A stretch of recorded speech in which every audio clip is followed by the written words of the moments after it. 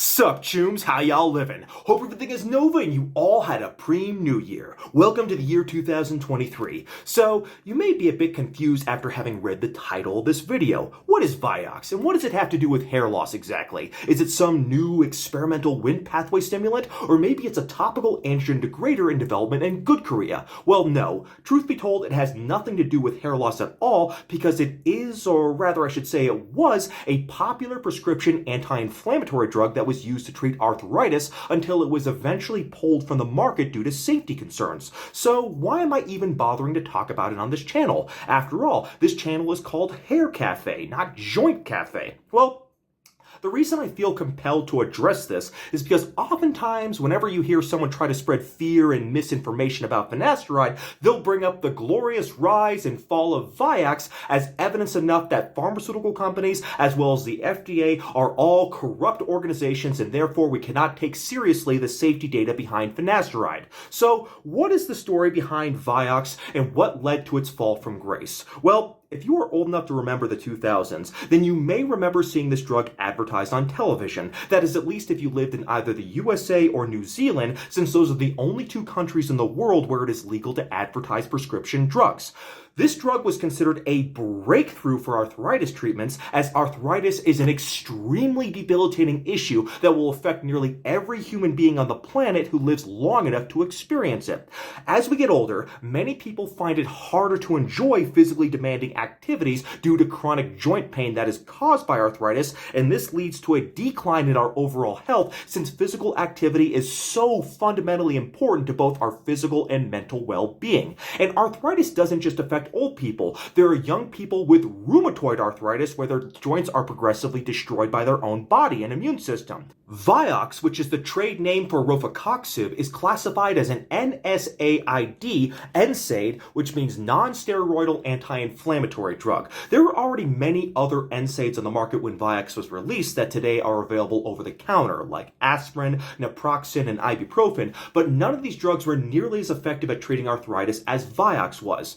I remember back in the year 2000 when I was 19 years old and still in college, I took a strength and conditioning class and my coach was a Vietnam veteran who was in fantastic physical shape and was able to easily outlift all the college kids despite being in his 60s. When speaking to him, I remember how he brought up how Vioxx dramatically improved his quality of life and let him pursue physically strenuous activities he enjoyed that he had not been able to do for years because of his chronic arthritis issues. So this was a game-changing drug that became a godsend for many older people who had tried other anti-inflammatory drugs but only had minimal success with them. The idea of having to stop doing the things we love that keep us healthy and happy, like exercise due to issues like chronic pain, is a very scary thought. So this drug no doubt made life more enjoyable for the hundreds of millions of people who suffer from chronic arthritis issues. So for years, Vioxx was on the market with no issues whatsoever, but then suddenly, in the year 2004, the drug was abruptly pulled from the market due to the discovery that it was linked to cardiovascular disease,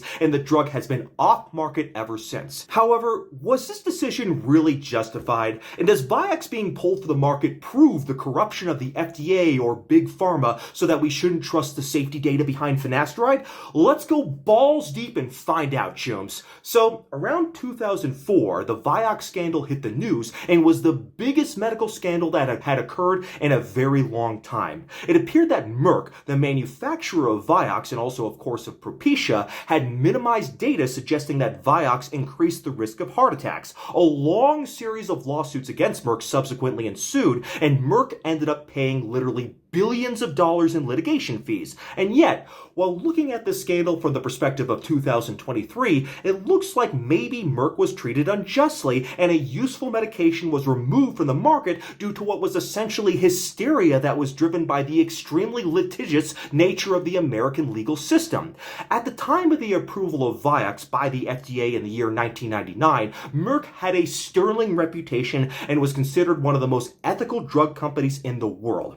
In the 1930s, Merck came up with the drug streptomycin, which was one of the very first antibiotics ever developed and was used to save the lives of soldiers and civilians injured during World War II. Merck felt it was too important a medicine to keep to itself, and so it actually gave up its patent, letting other companies manufacture streptomycin, leading to lost profits for the greater good. Merck also developed the now infamous drug ivermectin, which is a cure for river blindness. Ivermectin turned out to be a truly miraculous cure for river blindness, though it was later promoted without any good evidence as a treatment for COVID. Anyways, Merck gave away ivermectin for free to African countries, and in large part, river blindness was effectively cured in Africa due to these ethical actions by Merck. There are other examples of this, but you get the point that Merck developed a reputation as a very ethical company, not solely driven by profit. So, Vioxx was approved by the FDA in the year 1999 after undergoing clinical trials including more than 10,000 patients. It quickly became one of the best-selling anti-arthritis drugs in the world due to it being extremely effective at treating arthritis.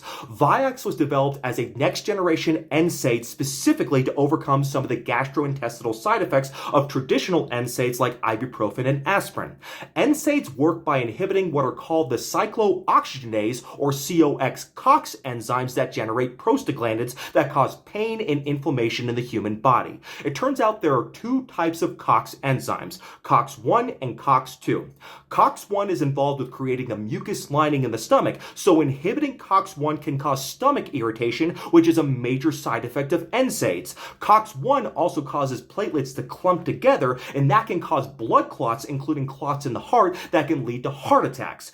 Aspirin inhibits COX-1, which is how it helps prevent heart attacks, but it also is very irritating to the stomach. So these days, doctors will not recommend aspirin to prevent a heart attack unless it is to prevent a second heart attack due to the belief that the risk outweigh the benefits for otherwise healthy patients. COX-2, on the other hand, is more important in causing pain and inflammation than COX-1, and blocking COX-2 can provide good pain relief for arthritis without causing stomach irritation issues. On the other hand, COX-2 helps keep platelets from getting sticky, so blocking COX-2 could theoretically increase the risk of blood clots. So older NSAIDs like ibuprofen and naproxen are non-selective COX inhibitors, meaning they block both COX-1 and COX-2, while drugs like Celebrex and Vioxx were developed to be just COX-2 inhibitors. Additionally, Vioxx and Celebrex are much more potent suppressors of the COX-2 enzyme compared to over-the-counter NSAIDs like aspirin and ibuprofen, and thus are much more effective at treating pain, which is why they were prescribed to people who had failed on other anti-inflammatory drugs. Vioxx in particular was felt by many patients to be even more powerful than Celebrex, which unlike Vioxx is still on the market today. These drugs were developed to be both more potent than existing NSAIDs while also reducing the risk of stomach irritation and ulcers from non-selective COX inhibitors like ibuprofen and aspirin. It turns out Vioxx was extremely successful at controlling arthritis pain without causing stomach issues, and thousands of prescriptions were written for it. To show how effective Vioxx was in preventing gastrointestinal irritation, in 2000 there was a study called VIGOR that was published in the New England Journal of Medicine. The study showed that compared with high doses of naproxen, Vioxx had half the risk of serious gastrointestinal problems while being just as effective in reducing pain in patients with rheumatoid arthritis. In the study, the risk of death was the same with both drugs. However, heart attacks were less common in the group on naproxen, occurring in 0.1% of patients versus 0.4% of patients on Vioxx. This was a fourfold increase in risk from Vioxx, though still the difference in absolute risk was low, just a difference of 0.3 percentage points. At the time, this difference was attributed to the fact that naproxen also blocked COX-1 and thus had an antiplatelet effect. Because there was no true placebo control group, it really couldn't be determined if Vioxx was increasing the risk of heart attacks, or if naproxen was lowering the risk, or if there was some combination of both effects from these drugs. In any case, it might have been more reasonable to conclude that Vioxx still had more benefits than risk, in that it decreased the risk of stomach bleeding, and maybe the lesson here was just to avoid the drug in people with heart disease or who are at risk for heart disease. In fact, the Vioxx package insert was updated with the results of the VIGOR study, and caution was recommended for its use in patients with ischemic heart disease. It was also recommended that Vioxx be used with low-dose aspirin, which has antiplatelet effects in patients with ischemic heart disease. So I don't see what the big problem was. Obviously, no drug is without side effects, and the story might have ended there with Vioxx staying on the market with the updated package insert. In some patients who could not take drugs like naproxen because of stomach irritation, a drug like Vioxx was truly a lifesaver and easily worth a small increased risk of heart problems. symptoms. Keep in mind that arthritis is a condition that can literally prevent a person from exercising, and considering the important role exercise plays in promoting health, including cardiovascular health, it seemed asinine to ban Vioxx because of a tiny increase in cardiovascular disease. To put that into context, a sedentary lifestyle increases the risk of developing cardiovascular disease by as high as 82% based on this study. That's a far greater risk than any cardiovascular risk Vioxx could possibly impose. However, possibly in an attempt to save Vioxx from being pulled from the market altogether, Merck went on to sponsor another study called the APPROVE study, which was designed to see if Vioxx would reduce the risk of colon polyps. The result of the study came out in 2004, though it wasn't formally published until 2005, which was after Vioxx had already been pulled from the market.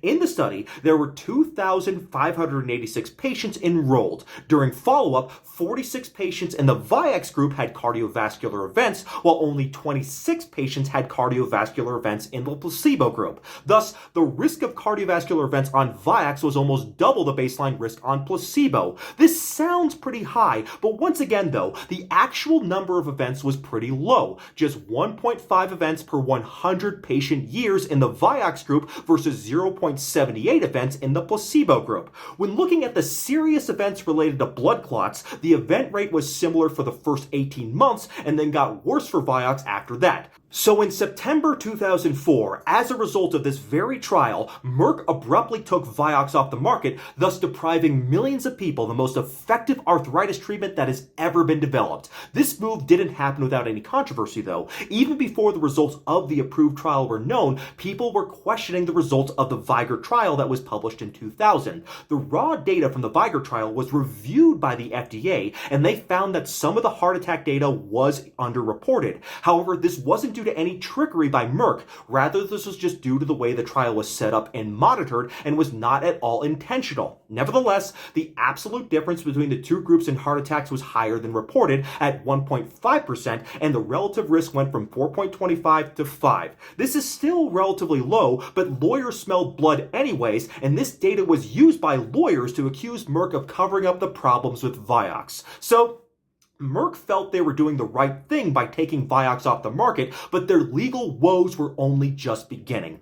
In 2007, there were 27,000 lawsuits against Merck, but only 12 had reached a verdict. Of these 12, Merck won 8 and plaintiffs won 4. Some of these cases were clearly frivolous. For example, one claimant in Texas was awarded $253 million because of a cardiac arrhythmia, which is not something caused by blood clots, so scientifically, it had nothing to do with taking Vioxx and everything to do with a scientifically illiterate judge and jury. Meanwhile, ads like this were starting to appear everywhere all over television and the internet.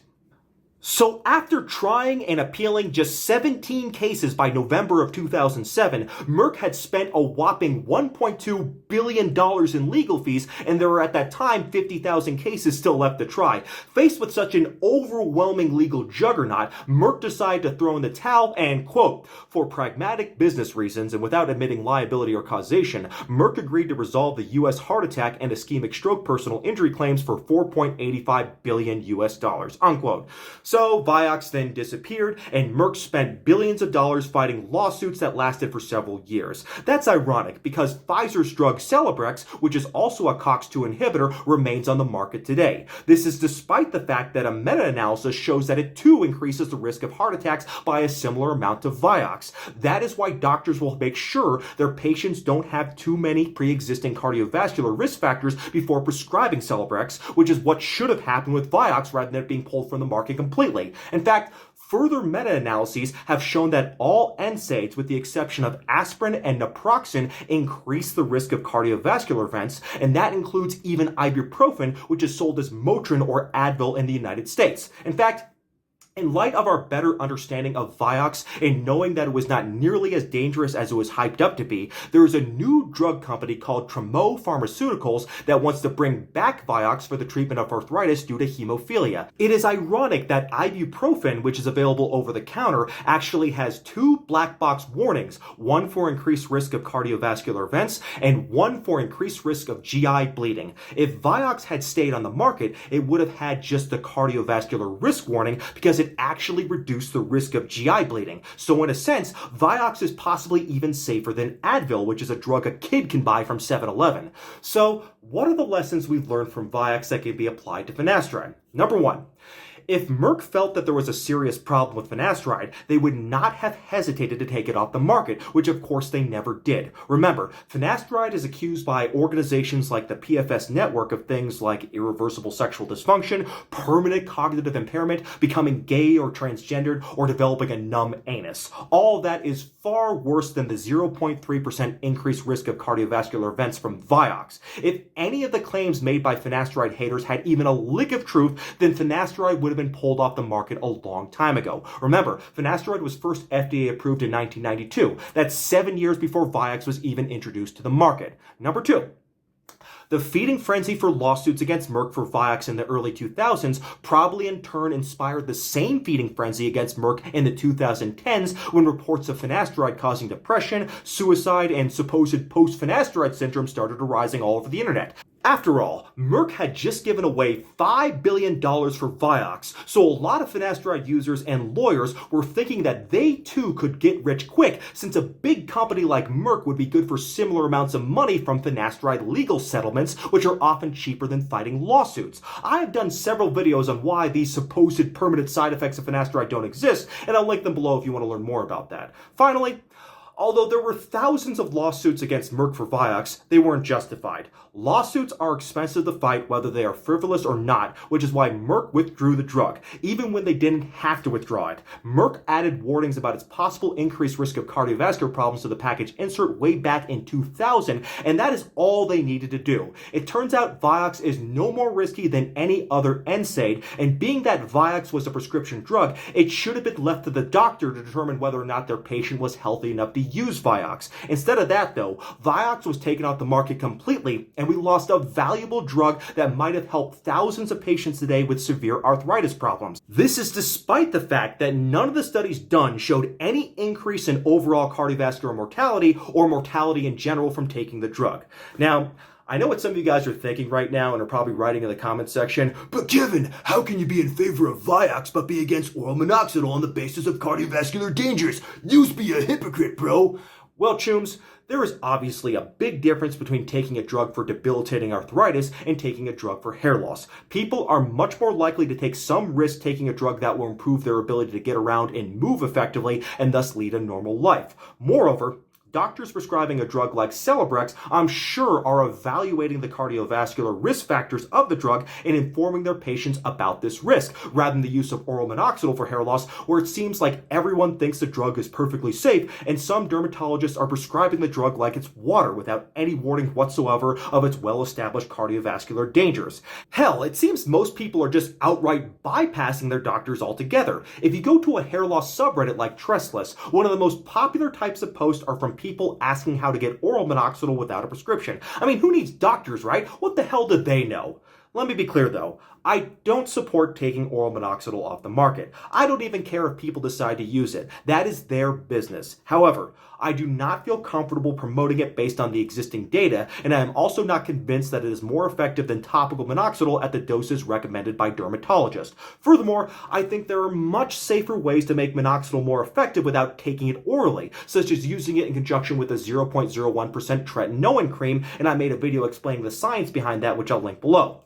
In light of these safer alternatives combined with the lack of safety data and efficacy for oral minoxidil, I do not think conditions like pericardial effusion are worth the risk just because people think applying a topical is inconvenient. But this, of course, is getting off topic. I just felt like addressing it anyways, as I know people would bring it up otherwise. Anyways, I'll post the videos where I talk about oral minoxidil below, where I go over the data regarding its safety and efficacy if you want to learn more about my stance on that. Beyond that, though, what you choose to do is completely up to you. I don't care if you want to use oral minoxidil, so please stop getting triggered just because I haven't jumped on the Lonatin hype train. Thank you.